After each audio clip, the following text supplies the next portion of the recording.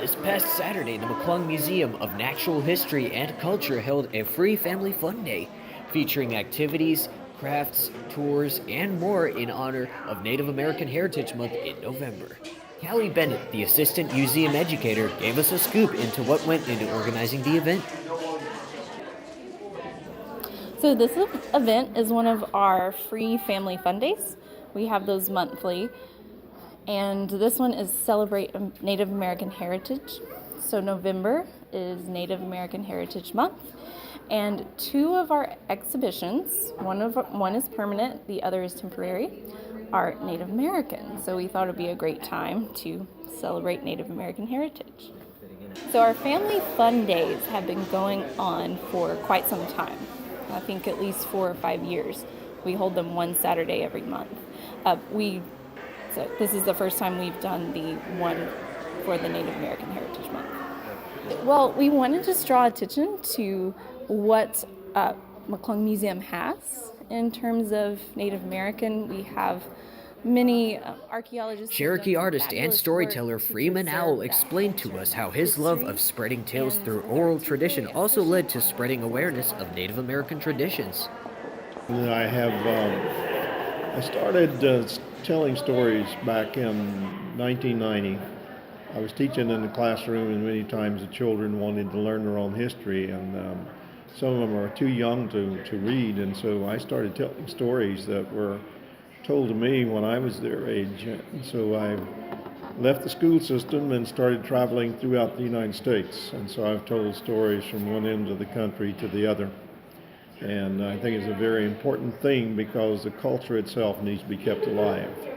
And the way the Cherokees kept this alive before Sequoyah invented the syllabary was through oral tradition.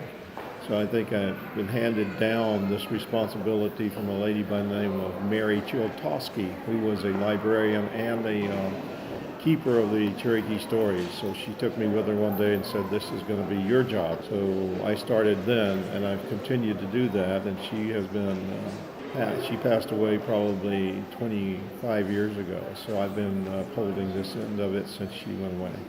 Yes, if you'll notice a lot of the artwork that I do here, if you can see that, we have a lot of birds from the bird clan of the Cherokee. We have a deer on this side of the carving. This represents the deer clan. And many of the stories, like the giant snake, is woven all the way through here. So when I make a carving, it leaves a sort of ribbon between the carvings. And so this is representative of the giant snake. Mark and Sherry Fincham delved into the importance of the concept of balance in Native American traditions and the significance of the three sisters. This is a camera. No, what is this? Well, I'll tell you what we got. We got all kinds of items here that are related to Cherokee life in the late 1700s. This end of the table is all about men. Men were responsible for death, for warfare, and for hunting. And then all the women on this side, they were responsible for everything related to life. So they grew the corn and the beans and the squash, everything in the garden. They did all the cooking. They took care of the children, all those kinds of things. And so my wife's items down here all relate to how to make clothes, how to make baskets, how to cook food, all the things that the young women had to do. Well, let's see. We were last week in Pulaski down in Middle Tennessee. We had to turn down a trip to Chattanooga because we couldn't get there. We're going to be in San Francisco next weekend.